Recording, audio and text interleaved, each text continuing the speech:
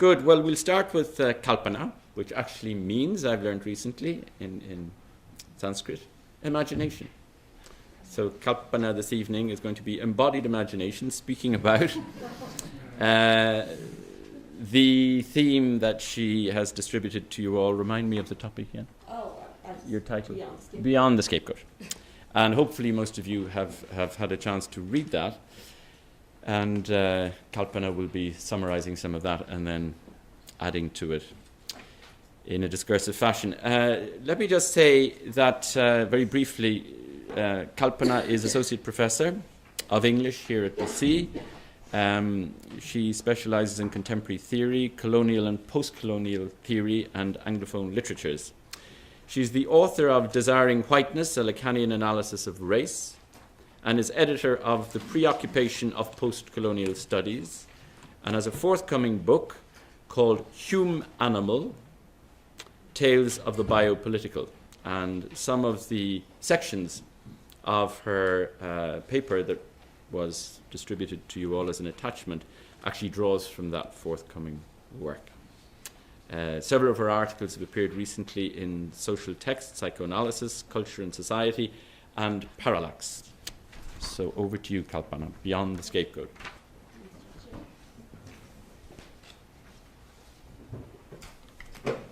Thank you, Richard. First, I want to begin by thanking you for your hospitality and also all of you for braving this weather and being here. I should warn you that my body is fighting a wager right now with a cold virus. So if I break into a coughing fit, forgive me. So I would like to begin tonight with a story. It's the paradigmatic story of hospitality that virtually every child in India is familiar with. It is the story of Krishna and Sudama, also known as Kuchela, which is a surname or an epithet. And it is told in the Bhagavata Purana, Book 10, Cantos 80 to 81.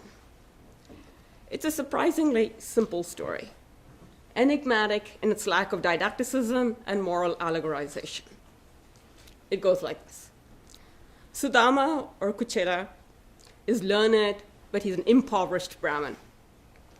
His good and long-suffering wife suggests that he visit his old school friend Krishna, who is now the king of Dwaraka and married to Rukmini, known as the incarnation of Lakshmi, the goddess of fortune. Sudama agrees and takes a heap of puffed rice borrowed from a neighbor as a gift for Krishna. Sudama arrives at Krishna's glittering palace, and surprisingly, no one bars his way. When Krishna sees Sudama, he embraces him warmly, reminisces about their school days, and eagerly partakes of the puffed rice that Sudama is now too ashamed to offer. When Sudama returns to his village, he finds that his humble hut has been transformed into a luxurious palace, and that he and his family have been provided with every material necessity. The text says he was liberated from labor. Sudama dedicates his life to living happily, teaching, practicing austerity and humility, and eventually attains salvation. It was not until I was reminded of other meaning contexts, such as the tale of the poor fisherman and his greedy wife. You know the folk tale? I'm sure many of you are aware of that, yeah? Or the parable of Lazarus and the rich man, right? That I discovered the strangeness of this tale. How should one understand the story, which seems uncritical of the complaining wife, the luxury of the rich, and even equates reward with material wealth? Let us try again by contemplating the story as it unfolds. This time, I shall call the story Eating the Nothing. So I see this: despair, a pathless future, a deep poverty, an unquantifiable crisis of body and soul grips the young scholar. His wife offers a solution. Try to remember, only recall, she says, for all knowledge and all having are wrought by the power of memory. reflecting quietly under the shade of a bowie tree, the scholar recalls a time of a friendship. A friend during the days of learning. And that friend was he who could eat the nothing. The scholar smiles as he realizes that this time of friendship is neither the past nor the future. It comes about. It merely comes about nothing. Thus called to a time within time, the poor scholar gathers together in a piece of clean sari torn from his wife's shoulder a heap of puffed rice, itself borrowed from a kindly neighbor. Emptiness itself, rice with kernels removed, with nothing inside. And this he sets out to give to him, the friend who had the great capacity to receive. A long and arduous journey, a pilgrimage, a prayer later, the poor scholar arrives at the gates of the friend. No questions are asked as one magnificent door leads to another. The doors stand wide open within the dazzling palace. No one bars his way. No questions are asked of him. The scholar's path brings him to the innermost sanctum where the friend dallies with Fortune herself. Spying the scholar hesitating at the doorway, the friend hastens, embraces him with delight. There is no hesitation, no uncertainty, no surprise. Only delight, sheer delight. No questions are asked.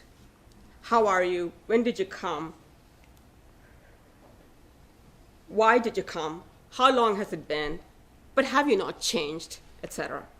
Just delight, sheer delight. The poor scholar finds his tired feet washed by his friend as she, the brilliant one who bestows fortune, fans him, offers him fruit, nuts, and honey. Nevertheless, the friend is ashamed.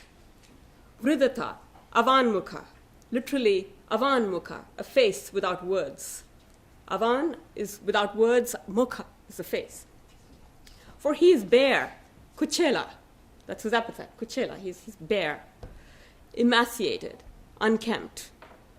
Kuchelam malinam kshamam dvijam dhamami santatam. He cannot escape himself. He stands exposed in an ultimate intimacy, a nakedness that is not only his bare body, his empty belly, but the nakedness of his very being. He cannot cover himself before his friend. The friend only smiles. He speaks of their school days and the time when they lost their way together in a dark forest during a rainstorm. Remember the crack of lightning, the thunder, the tall dark trees, the whistling storm, the flood. Discovering them at dawn, the teacher had blessed them. For what? For having lost their way together. The friend and the scholar reflect in silence on the words of that blessing from Sandipani, their teacher. And the friend smiles and asks a question. Did you bring me anything from home, Kuchela? Hospitality confounds giving and receiving, host and guest, agent and patient. But Kuchela is avanmukha, a face bereft of words. He hangs his head in shame. What must he do? The friend spies the poor bundle of puffed rice. He gamely grabs it from the naked and emaciated scholar. He who has come to give because he has nothing. Is it audacity or is it love? This giving nothing, giving what he does not have. The friend sinks his palm into the heap of rice and opening his mouth wide, eats a fistful with sheer delight of the emptiness and the nothing, and reaches for more and yet more until fortune gently stays his hand. It is enough, she says. It is more than enough, for he is already liberated. Karma bandhat vimuchyate, freed from the bondage of material work. And as the friend empties the emptiness within the puffed rice, the scholar feels himself filling up. His satisfaction is immeasurable. Incalculable happiness and fortune accrue to him. The more he gives of what he does not have, the more he finds himself receiving what he could not imagine. Can something come out of nothing? Is it possible to give, eat, and be full of the nothing? Is this the meaning of grace? And is this also the time of hospitality? Is hospitality a time, a fortunate time, rather than a something that is given or received? Does hospitality simply happen when, or rather because, we lose our way together? Later, Sudama recalls that he had asked nothing. Indeed, he needs nothing. And once again, he loses his way. His hut has disappeared. His bare belongings have disappeared. Nothing has disappeared. And for this, he is again blessed. Why reflect on hospitality? And not just hospitality towards one's family and friends, but hosting the stranger, right, which is our task today. That to a scapegoat, an outcast, an alien. Obviously, the task before us is to set aside the professionalization of hospitality that has grown like brambles around the world, and to ask not only what hospitality truly is or can be, but what our thinking about hospitality discloses about our own human limits. It seems to me that the attempt to think hospitality and the stranger simultaneously, right, hospitality and the stranger, requires thinking about limits, thinking at the limits. Not only do we find ourselves confronting the limits of our ability to offer hospitality, the sometimes necessary and oftentimes unconscious lines of discrimination that inform our acts of welcome, but the word stranger also confronts us with another limit. Is a stranger someone who is transformed into a friend, a familiar face, when he or she is admitted as a guest? Or is a stranger one who must remain strange, thereby rendering hospitality, if not impossible, then definitely an experience of the strange as strange? The difficulty of the task of thinking these two limits together is a test of courage, a risk, a wager, to put it in Richard's terms.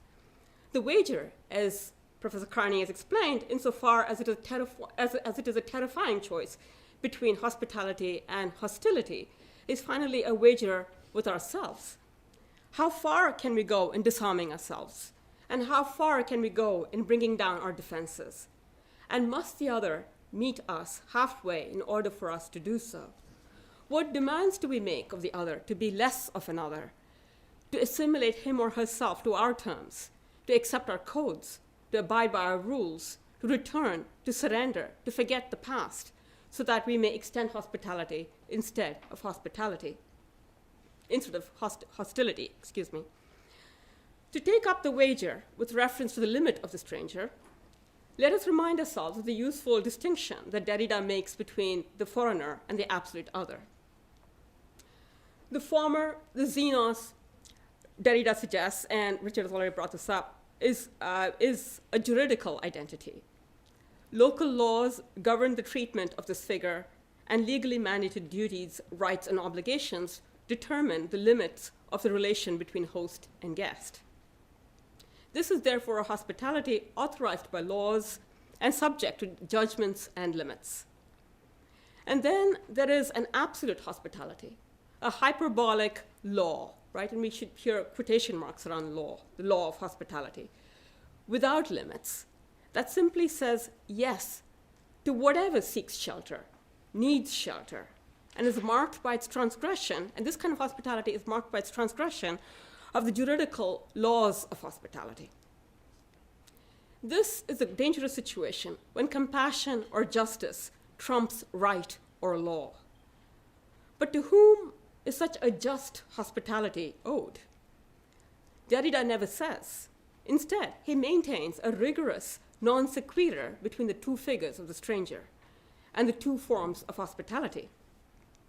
By resolutely focusing on the antinomy, right, great word, antinomy between the laws and the law of hospitality, Derrida continually displaces the question of the absolute other. Why? Because the law of hospitality, absolute hospitality, cannot itself be reserved only for the so-called complete other, who is, as he says, relegated to an absolute outside, savage, barbaric, pre-cultural, and pre-juridical outside and prior to the family, the community, the city, the nation, or the state, unquote.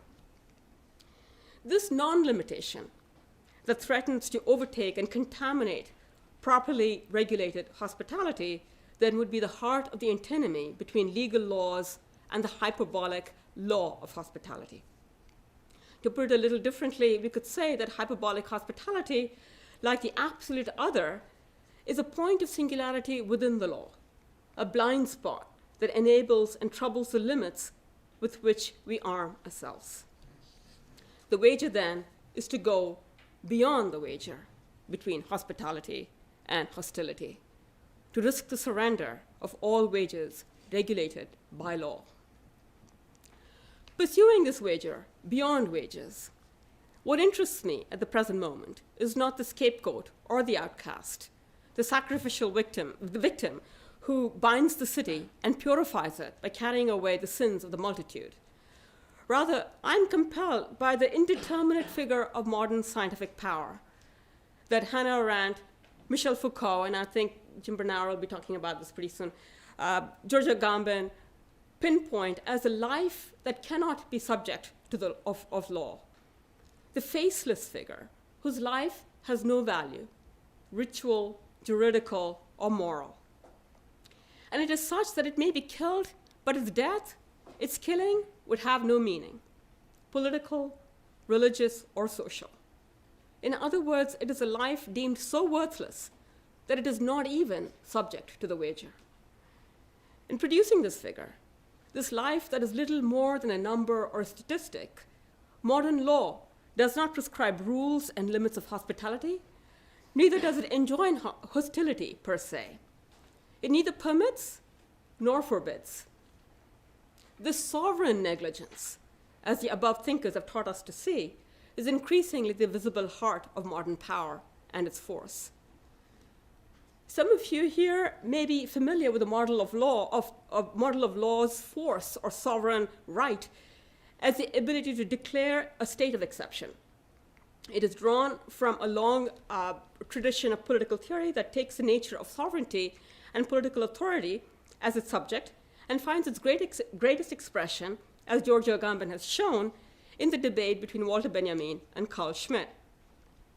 In my paper, I offered a brief paraphrase of Agamben's elaboration of the structure of the state of exception or emergency, when the law, that is the Constitution, suspends itself de jure while remaining a de facto force of arbitrary violence.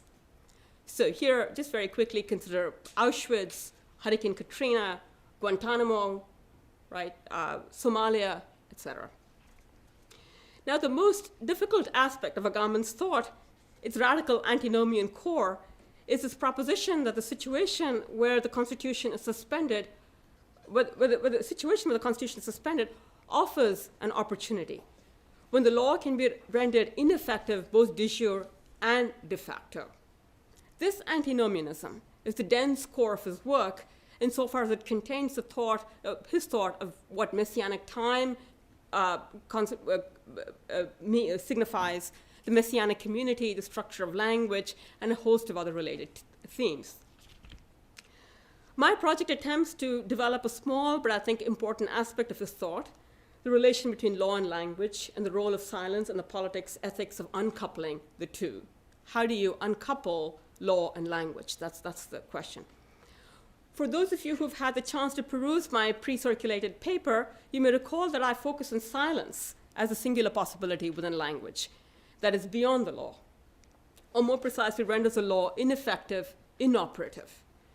Not to destroy the law, but merely to halt it. For Agamben, it is within the great shadow of the idle machine of the law that the community, the coming community, takes shape. And it would be here that the hyperbolic law of hospitality will find its true vocation.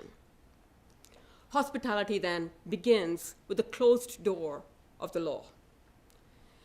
To conclude then, I would like to share two brief reflections based on two questions, comments, that appeared before us in the last two seminars. That's okay.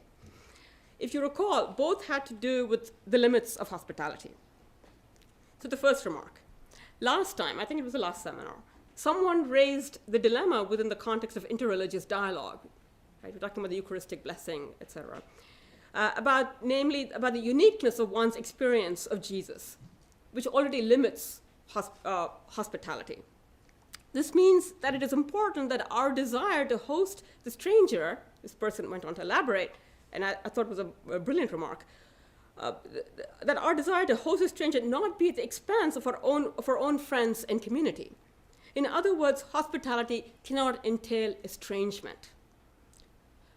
However, I hope my response to this last comment seems by now somewhat predictable. The dilemma concerns the foreigner and therefore limited hospitality as regulated by laws, whereas unlimited ethical hospitality is always already negated by the proper. Property, identity, conviction, membership, even the community that you've inherited. The wager, as I understand it, is to risk everything and to seek the community of singular universalities. And the second remark that I want to make, and this was at the first seminar, the very first one, someone brought up the question about unwelcome visitors, such as Jehovah's Witnesses, which led, what if they knock on your door and then, how does one extend hospitality to them? Which led Richard to remind us that there may always be an extra minute before the door is closed. Richard's remark about that extra minute made me pause and reflect. There is a potential for hospitality, he seemed to suggest, when a minute is added before closing the door. What is that extra minute? Where does it come from? Do I give it to the other? Does the other demand it of me as his/her due? Or does it simply happen? If the extra minute is potential hospitality, does the minute differ from other minutes? Does it have a different temporality?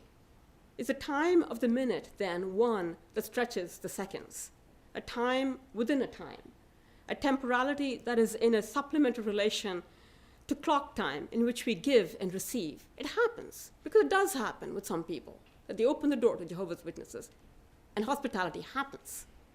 Yeah? I like to think that Richard will agree that this may be the fleeting, unnoticed, and impossible time of redemption, a gift of time that is given to us to reflect upon, even after we have closed the door to the unwelcome. Thank you.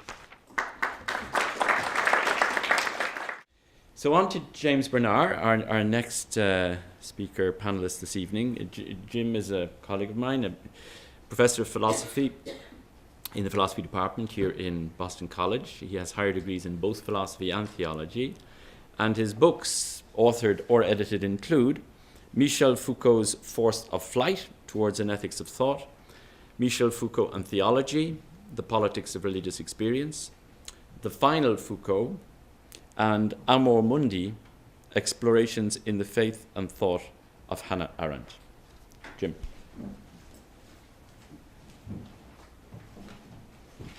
Would you prefer the podium or the seat? I'll try the podium. These papers hold up. Thank you, Richard, for the introduction. And thank you for the invitation, even though it's an impossible invitation topic. The Jew enters into so many different narratives that I've had to choose one stream, an important one, but it is just one. I want to salute you for coming here this evening. It's quite the evening out there, and I live across the street, and I was wondering whether I should come. It's pretty icy out there, If I was to give a title to the short presentation I'm going to make, it would be called Dead People Walking. And I'd want to claim several things in that title. First, one influential vision of the Jew sees the Jew as crossing the life-death border. And that's one of the reasons the Jew possesses a special danger, it's a sort of warning that life and death are in a new relationship. In this vision, the Jewish people are spiritually dead, and yet they seem to have been given a special dispensation to survive physically.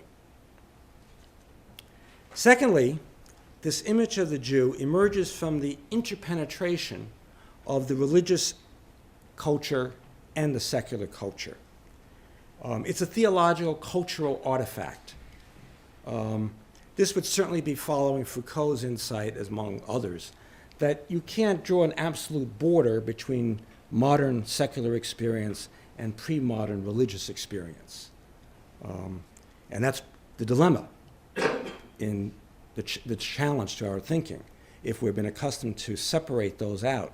Now, Hannah Arendt would disagree with that in terms of at least accounting for anti-Semitism. She would say that's one of the mistakes that people have made, to think that the modern racist anti-Semitism mirrors Christian anti-Judaism. Thirdly, this constructed image of dead people walking is articulated in works of scholarship. And that's what makes Foucault's project of a critique of knowledge, I think, particularly relevant for analyzing this discourse. Because we have to appreciate that in much of scholarship, modern scholarship, not just modern though, the Jew is known. It's a figure that can be understood. And we have available to us knowledges that discern the interior and the exterior of the Jew. Foucault, in one of those lovely passages that he has that so frequently are in his writing, reminds us that the fantastic can also be a product of scholarship. This is from an essay he did called The Fantasia of the Library. This domain of it's a new imaginative space he's claiming from the 19th century. This domain of phantasms is no longer the night, the sleep of reason, or the uncertain void that stands before desire, but on the contrary, wakefulness, untiring attention, zealous erudition, and constant vigilance.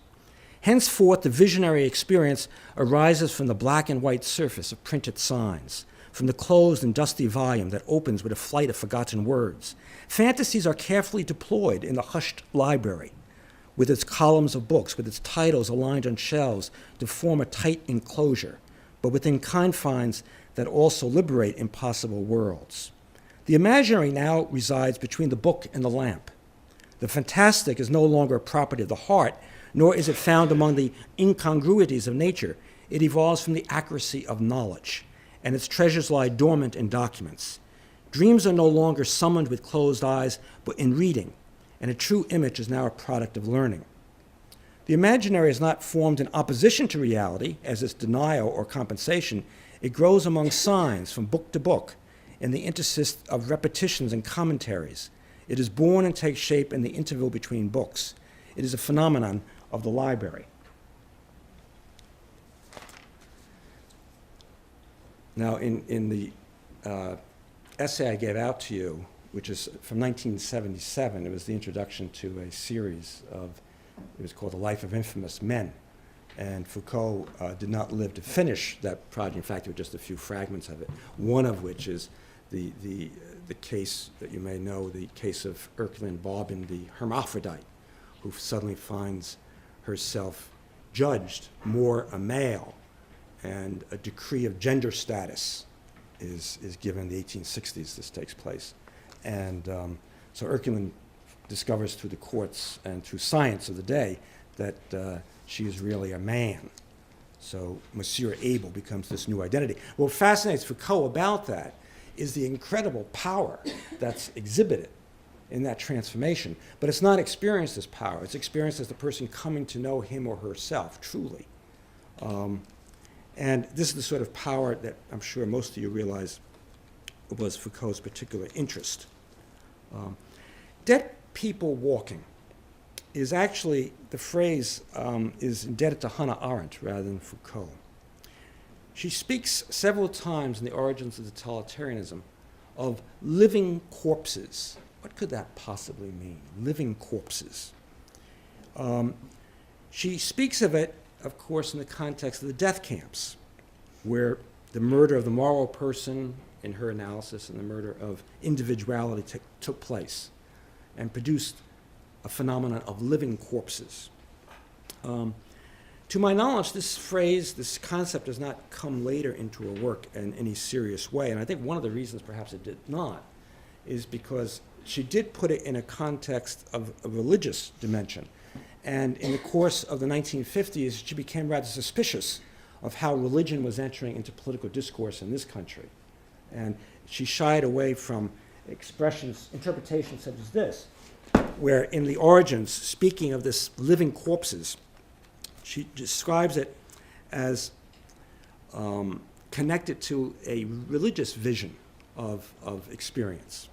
To quote Arendt, this atmosphere of madness and unreality of the death camps, created by an apparent lack of purpose, is the real Iron Curtain which hides all forms of concentration camps from the eyes of the world. Seen from outside, they and the things that happen in them can be described only in images drawn from a life after death, that is, a life removed from earthly purposes. And then she says concentration camps can very aptly be divided into the types corresponding to the three basic Western conceptions of life after death. Hell, in the most literal sense, was embodied by those types of camp perfected by the Nazis, in which the whole of life was thoroughly and systematically organized with a view to the greatest possible torment. Arendt doesn't acknowledge, though, in that view, that this state of living corpse wasn't invented by the Nazis. You can find it in the tradition. For example,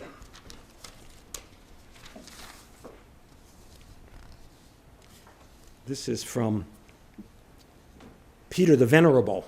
I find that extraordinary. He's called Peter the Venerable when you hear what he said. This is in a letter he wrote to Louis VI in 1146. If the Saracens are to be detested, how much more are the Jews to be execrated and hated, who utterly insensible to Christ and the Christian faith reject, blaspheme, and ridicule that virgin birth and all the sacraments of human redemption. Nor do I say this to incite the royal or Christian sword to slay their wickedness. God wishes them not to be killed, but to be preserved in a life worse than death, like Cain the fratricide, for greater torment and greater ignominy. Again, this theme of a life and death, a corpse, a living corpse. It's connected to what has come to be called the teaching of contempt within Christianity, which has three major components. The crime of deicide, all right, the Jews are responsible for killing the author of life. Secondly, this terrible evil deed sprang from a degenerate Judaism, a debt law versus the living spirit that Christianity came to offer. And thirdly, a providential punishment of the Jews. This was the third element of this teaching of contempt, that they were to be dispersed around the globe, to wander, never to find home. Right. If I can... I think my papers are slightly out of order here, but...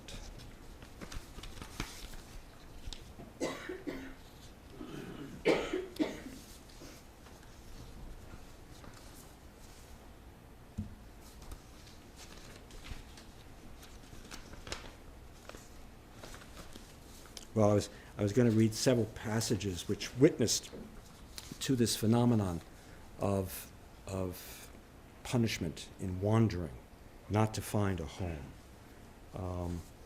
But I also wanted to point out that this theological cultural artifact of a living corpse, of a dead people, is not just a product of theological scholarship. It's also a product of secular science. And you'll find from the 1920s and 30s in Germany various denunciations of Jewish science, particularly Einstein and what Einstein represented. It was a mechanical, anti-organic, anti-life. All right? It was a death sapping at life. Lifton, of course, in his book Nazi Doctors, reports on various people who talk about what Hitler provided the opportunity for is the practice of biology in a political historical way. And there are many other things I can cite. But there is an experience, this life and death, that isn't just a construction. Let me give you this description from a concentration camp, from a death camp. Okay. The essential thing about this experience of evil is that it will turn out to have been like the experience of death. And I do mean experience, because death is not something that we brushed up against, came close to, only just escaped, as though it were an accident. We survived unscathed. We lived it. We are not survivors, but ghosts, revenants. It's not believable. It can't be shared. It's barely comprehensible. Since death is, for rational thought, the only event that one can never experience individually, that cannot be grasped except in the form of anguish, or foreboding, or fatal longing. In the future perfect tense, therefore, and yet we shall have lived the experience of death as a collective, and even like a fraternal experience, the foundation of our being together, like a Mitsein zum Tode.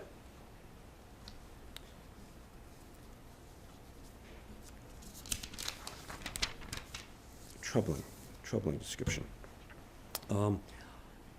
It has both Protestant and Catholic images. Emanuel Hirsch, the great systematic theologian, spoke of Nazism as a revolution of life against death. Gerhard Kittel, the biblical scholar, both of them spoke of the Jew, by the way, as offering them guest status in Germany.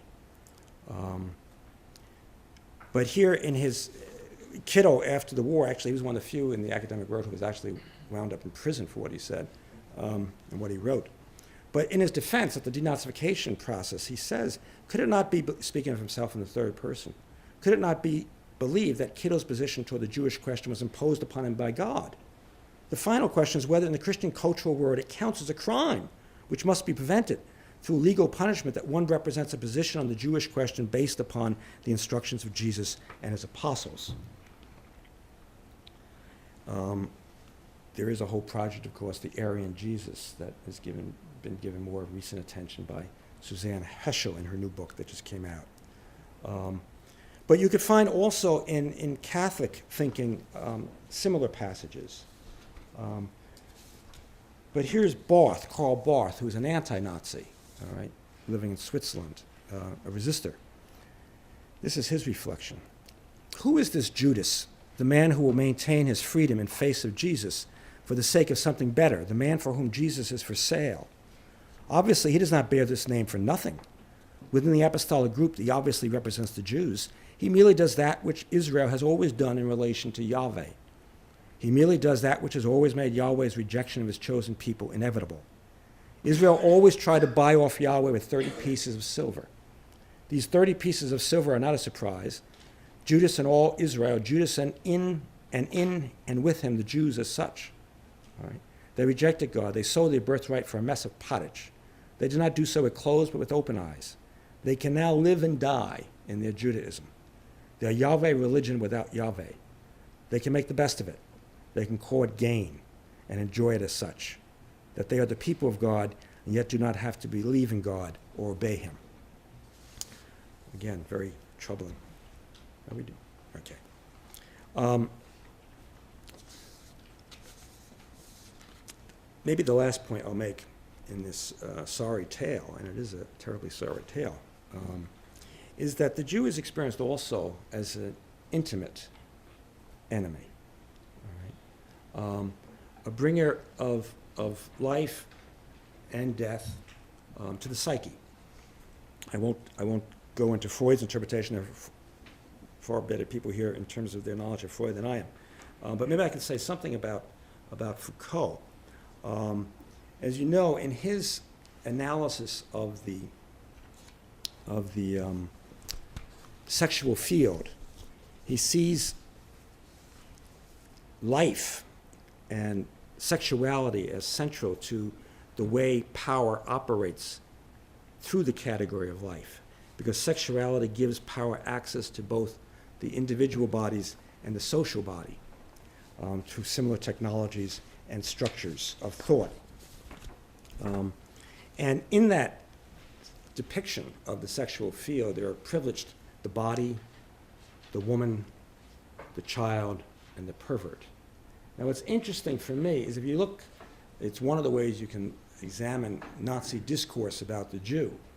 the prominence of those categories. I'll cite something from an article I did write. There is the body. The Nazis opposed their view of a trained, classically beautiful body to the Jewish body, weakened by deviant genitalia and unrestrained sexual appetite. Secondly, regarding children, there was the juxtaposition of an idealized German innocence with the Jewish invention of a childhood sexuality that was believed to reflect both an actual precocity and Talmudic allowance for intergenerational sex. Der Stürmer, Stryker's newspaper, the fierce anti-Semite, utilized medieval tales of Jewish ritual slaughter of Christian children in accounts which stressed acts of torture and the sexual satisfaction they implied. In addition, he emphasized cases of child molestation, which involved Jews. Thirdly, in contrast to the image of the German mother who delighted in offspring and their care and who felt threatened by the sexual advances of Jewish men, especially medical doctors, there was the Jewish woman who was inclined to neurosis, attracted to prostitution, and craving emancipation from the home. The Nuremberg laws prohibited sexual relations between Aryan and Jew, in part to prevent contamination by syphilis, which was identified in the Nazi mind with Jews. Fourthly, Jews harbored all sorts of sexual perversions, especially homosexuality. These perversions stand behind the Jewish invention of psychoanalysis and sexology for the Nazi mind. For the Nazis, the Jewish menace was a constructed sexual experience, hidden and yet omnipresent, camouflaging in other innocuous symptoms the secret causality perverting Aryan life. I think I'll conclude there. I wish I had a happier tale to talk about in imagining how the Jew is conceived of. But this seems to be the stream that has had the greatest power and impact in our culture. So thank you very much.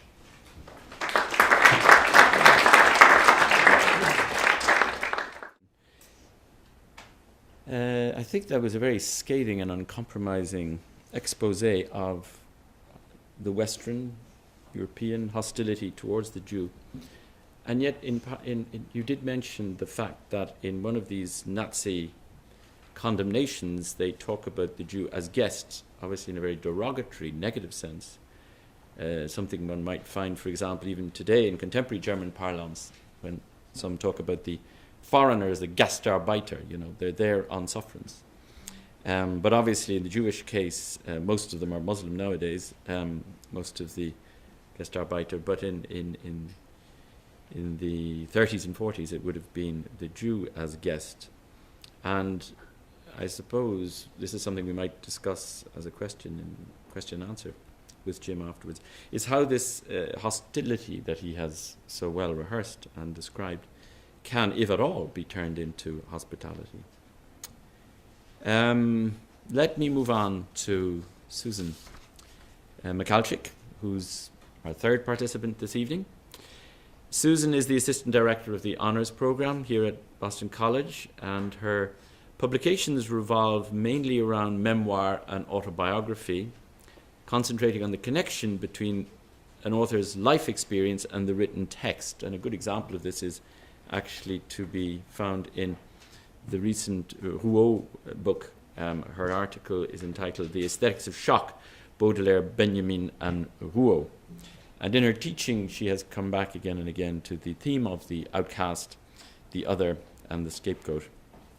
So, Susan, over to you. Would you like to sit or stand? I'll stand because I don't want to be feeling like an outcast. The odd one. The other, right? Can't be different, God knows. Well, thank you.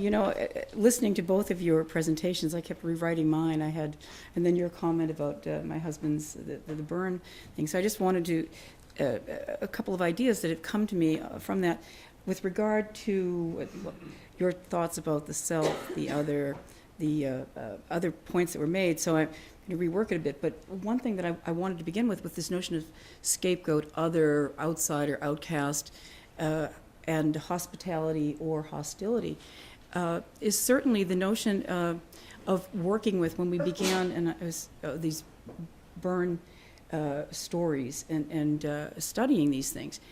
It was a real issue when these people were noted as burn victims, and in fact my husband and I made a very strong point of saying they're not victims, they're survivors. It's part of what you mentioned too, because they really are ghosts. They have survived hell, and we shun them in a way because it's too painful for us to think that they're but for the grace of God. And so all of those ideas come together with this notion of the hospitality, the hostility, and I thought very much back to the first week with the paintings we saw, the notion of the welcome guest more than the unwelcome guest. And I think that what our topic is this evening really addresses most painfully with those comments, the identification of the outsider, the Jew, really addresses the dilemma that we have of the unwelcome guest, because more often than not, as you were saying so rightly, the Jehovah's Witnesses at the door, please let me be anywhere else but near the entranceway. And so the unwelcome guest, I think, is something we have a more difficult time reconciling. And I sent out that target of aggression article. It's fairly, it's an interesting study. It came out this past year. I use it with my sophomores to deal with issues of accepting the self and the other. And I think it does offer an analysis, almost a biological understanding of why our instinct is toward rejection, hostility, and aggression rather than sympathy, compassion, and connection of recognition of seeing one in the other.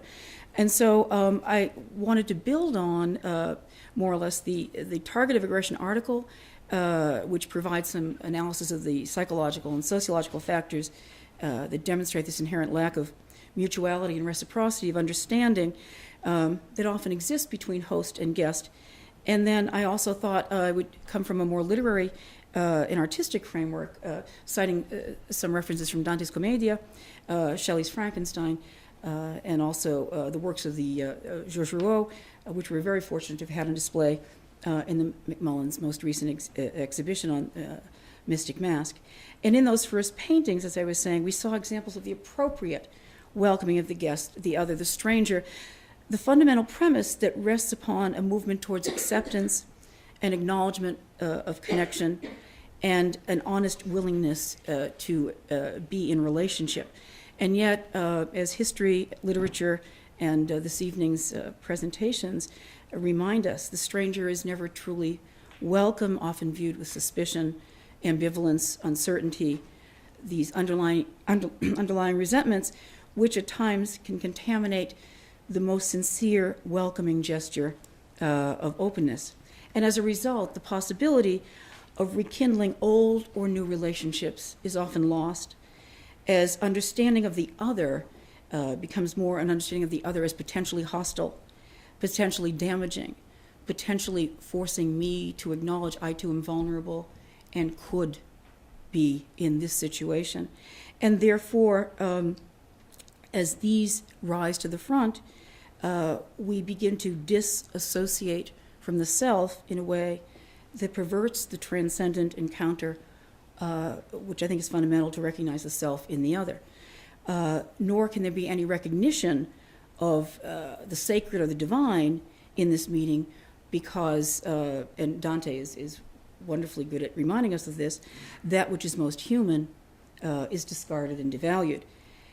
And so this notion of perverting the intellect, perverting what is most normal and instinctual, keeps coming back in many works that we read, literary works, artistic works.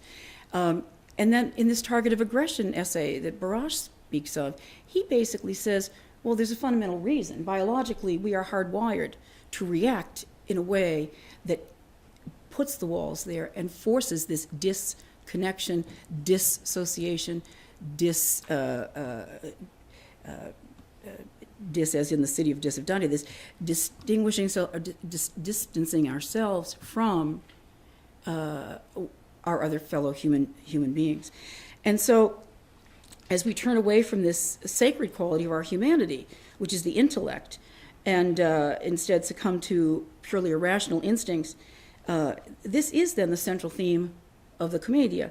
And as we create division and dissent within our own sense of self, and we abandon reason and love, we break apart, and that rupturing within ourselves extends outward. And one of the areas I'd like to touch on is the notion of where does the scapegoat come from and why does it persist forever, and the sense of the outsider and the outcast. And I think it's fundamentally because it comes from within. We are not comfortable in our own skins. We are not secure enough in our own sense of who we are, what we could be, mistakes, imperfections, etc., so that when the doorbell rings or we see someone in pain, we are unable to react to them as equal and connected to us, because we are so caught up in our own sense of loss, confusion, and dis-ease, if you will. And so this rupturing then continues and extends outward with family, friends, community, and ultimately impacts on all strangers who, in a way, take on our own insecurities and defects. And as we take our place removed from all those others, we symbolically transfer our own hostility, disappointments, failures, the sins of the Father, so that we can see ourselves as hospitable, welcoming, comforters of the afflicted, never afflicted ourselves, but willing comforters, convincing ourselves of our own goodness. And though I hate to give Dante too much credit, I do believe his insistence on our personal responsibility in relationship to the self, to one another, and to God ties in quite nicely with the inherent tension in hospitality, hostility, host, stranger, outcast, and who is this guest. For Dante presents to us this bond of kinship as a sacred bond, an opportunity to bring together that which is most human in us with that which is most divine in the other. And then he examines in haunting, gruesome, painful detail the countless betrayals and violations of trust recurring throughout history, the biblical accounts, the great tragedies, and the contemporary discord of his own day. When we look then at this notion of the sacred bond and how in its rupturing within the self, it extends outward to hostility of other nations, other peoples, others unlike ourselves, what I keep coming back to is this notion that Giambattista Vico wrote years ago in his New Science, mid-1700s, in which he stresses we cannot get everything in order. We cannot address one another and ourselves until we bring basically the unity within the self, and until we have the family functioning as a healthy unit with a sense of integrity and value. And that must be the core. That it must start once the individual feels secure, then the individual moves to the family, then the individual moves to the community, and then to the state, country, and then eventually the world. And it is, I think, in a way, the idea that we work upon, but we have jumped to the world and to the other and seeing all these other places where hostility and imperfections exist. And basically, and I think this is what comes out in that target of aggression article, the study, the scientific study for the most psychological study, that what we have forgotten is we ourselves don't have our own house in order.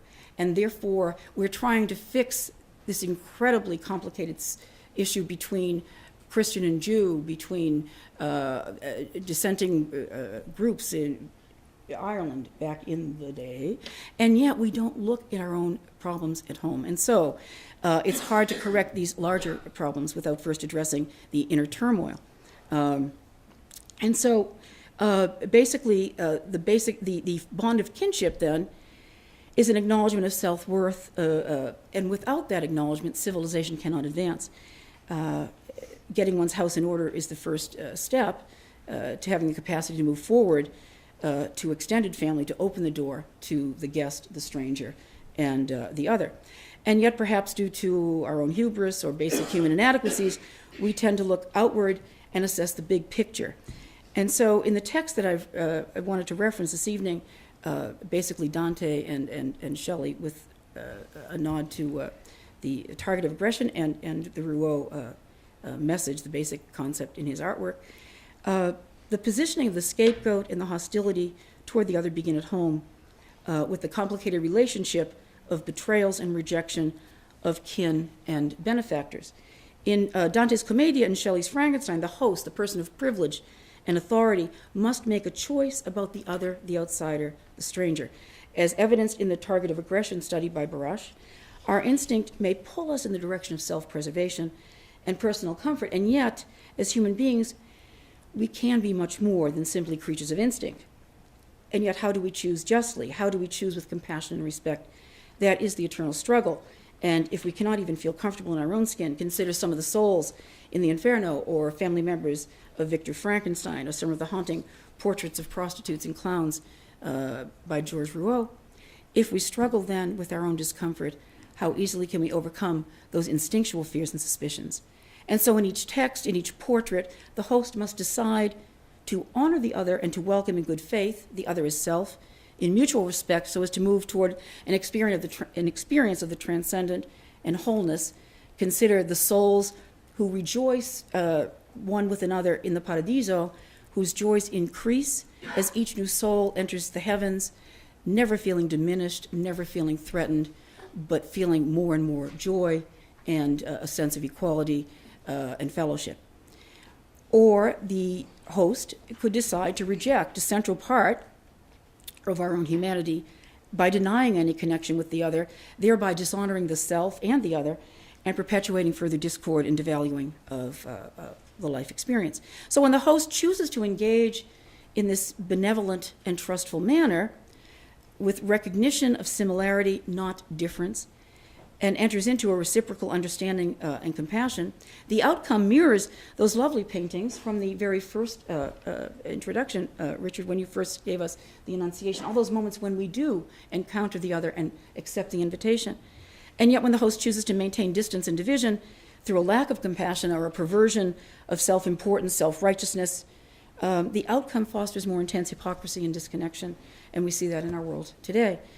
The rupturing of self, then, whether in real-life experience or elaborate fiction, leads to more extensive damage beyond the family, out into all of society, creating a walled city of despair, dissatisfaction, and treachery. The proverbial dog-eat-dog, or if you did read the aggression essay in the language of that study, the rat-eat-rat model of the world. And from Abraham's willingness to sacrifice his own son, to Francesca da Rimini's violent death at the hands of her husband, Giovanni Malatesta, to the dysfunctional relationship between Victor Frankenstein, creator, and his monstrous, unnamed, unwanted, and rejected creature, who lose themselves in isolation and despair, we are left with the inability to recognize the sacredness of any human bond at the most basic level. And as a result, we become almost accustomed to violating those sacred trusts, and almost naturally, second nature, allow this internal discord amid familial broken bonds to seep into the larger scheme of things, outwardly to include entire countries warring about religion, cultural incompatibility, consumed by extreme hostility, always blaming the other. Is it even possible to repair that damage of centuries of hatred, to come to know the other without fear of loss of self? Literature, art, scripture, the day's headlines challenge our deepest desire to come together to the table and to sign the Guestbook with hope and trust and faith. The bitter irony, of course, is that within the most simple and seemingly natural relationships, partners, parent, child, siblings, betrayal and hostility dominate, as if even in the most tender expression of connectedness, the host inevitably abandons true compassion and, rejecting Kant's basic principle of equality among humans, chooses to use the object, the other, as an object to be used rather than a valued end in itself. And so what happens? We have self-protection and personal comfort trumping religious teachings, humanist measures, philosophical imperatives. And yet each time host welcomes guest with the gesture of hospitality, we may all acknowledge that the other is no longer the outcast. In the gesture of opening oneself and one's world, one's home, the divisions dissolve as self and other reveal their true humanity, unmasked, unthreatened, remembering and re-presenting elements both human and divine. And I think very much of some of the people that we saw who were burned survivors, and they say, the first thing they say is, I know it's very hard to look at me. And that's such a painful acknowledgement. But when they accept the invitation and they say, I know it is hard, how can we not say, but we do it with compassion and we want to do it. We welcome, we accept and sign and enter the encounter with you. And as in Rouault's message, which was displayed so beautifully in the paintings in the Mystic Mass exhibit a few months back, those who are marginalized by society can only be redeemed and recognized as sacred when we see ourselves in their physical, psychological, and spiritual pain. King or slave, prostitute or clown, outcast or welcome guest, the divine can only be revealed in accepting the invitation and recognizing the universality that all of us suffer. Whether host or guest, then, what is our responsibility to the invitation to recreate something meaningful out of all the brokenness we see around us? In the Commedia and in Frankenstein, the differences dominate and assault the sacred bonds of basic civility. Dante deliberately illustrates the violation of the bonds of kinship. And I thought what I would like to offer are a couple of examples to get us thinking about that very complicated relationship, which we all assume is profoundly secure. And that would be in the very opening of the Commedia, the first level of the sinful. We see Paolo and Francesca, everyone knows the story. And it's interesting that she speaks of her husband who kills her and her brother-in-law, that he is in Cana. He is suffering in the lowest level of hell because he has betrayed family bonds. And when we get to that very last canto near the end of the Commedia, 33 and 34, and we encounter that rupturing of family bonds in Ugolino, the count and the archbishop who are gnawing on each other's brains, we see an intensification of the rupturing of that sacred bond, that the father has had to eat his own children to survive, and that all aspects of humanity, and I would say that's the target of aggression article, that study, when we allow ourselves to be those rats, to be so driven by our instincts that we forsake the intellect, we have committed the greatest sin that Dante, the perversion of the intellect. All we have is our ability to reason. And when the count and the archbishop are gnawing on each other's heads, we see that most violent disruption of kinship between the bond between family and benefactors. And in fact, it is not by chance that Dante then places, and we mentioned this, I talked to you about this the very first week, at the very center of hell, the most despicable sin, those who have deserved the greatest punishment, are those who have broken the bond of the benefactor, that those who have violated the kin, and then those who violate the person who has opened the door, the host who has been welcoming. And so in the center, in the mouth of Dante, we have Judas, Cassius, and Brutus, all betrayers of their benefactors, all betrayers of the persons who dared open their door in a welcoming gesture of equality, reciprocity, and seeing the connectedness between them. And so when Dante then brings it full circle with this sense of the bond and the rupturing within, so too we see a similar rupture of family bond that we think is so sacred in Shelley's Frankenstein, when in fact it's the creature who is begging for acceptance and love and yet is rejected by the creator, not even given a name, which is also a reminder, and we had talked about this with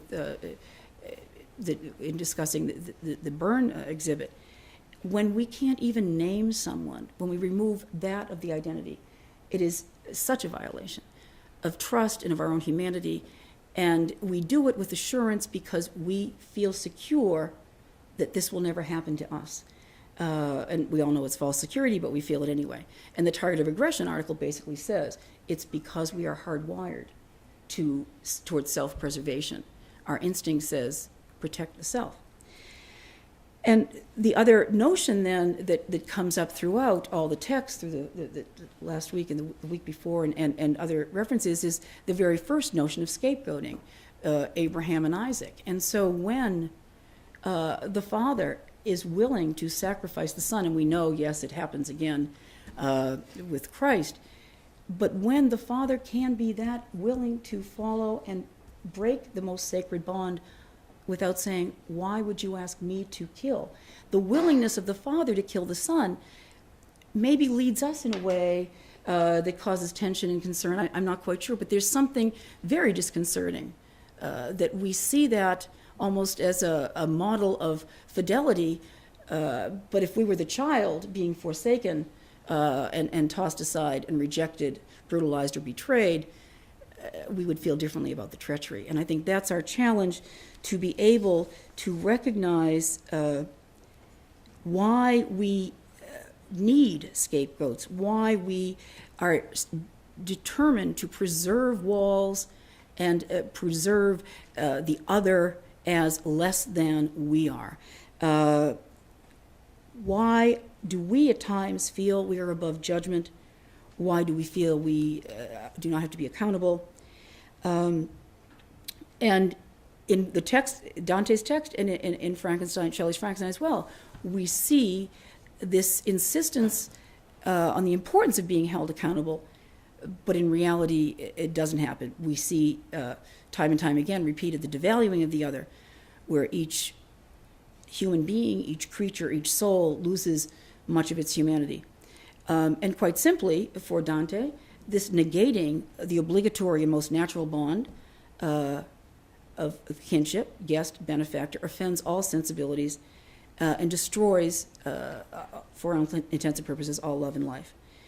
And then I just wanted to finish with a few ideas, a few questions that we could talk about.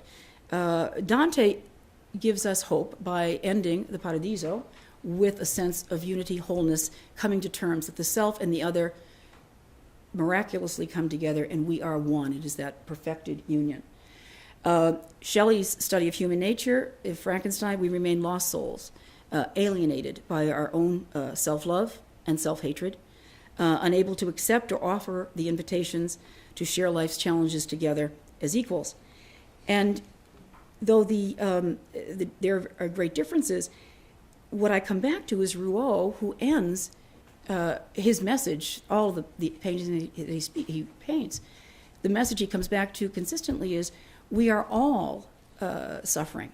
One of the most exciting parts of the exhibit was realizing that he's not purely a Catholic artist, but in fact, what he expresses is when you unmask and take away the differences underneath each one of us is the same notion of suffering, divinity, and sacredness.